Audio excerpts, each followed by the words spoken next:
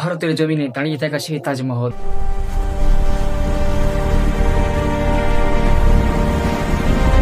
এটি 1632 সালে মুঘল সম্রাট তার স্ত্রী মমতাজ মহলের স্মরণে বানিয়েছিলেন।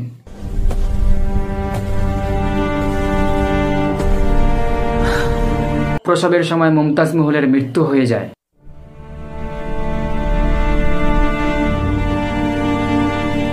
তার সম্মানে বাদশাহ শাহজাহান এমন একটি স্মৃতি স্তম্ভের কল্পনা করেছিলেন যা আজ প্রেমের প্রতীক হয়ে যায়।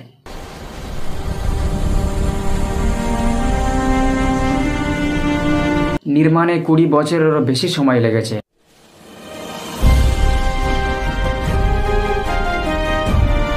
কুড়ি হাজারেরও বেশি কারিগর কাজ করেছে।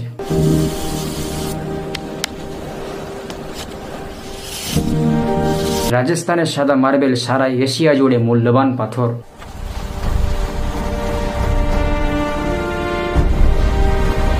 শাহজাহান তার শেষ বছরগুলো কারারুদ্ধ কাটিয়েছিলেন।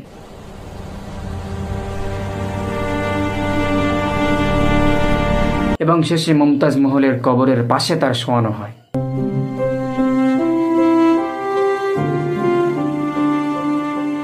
আজ তাজমহল একটি ইউনেস্কো ঐতিহ্যবাহী স্থান এবং ভক্তির প্রতীক।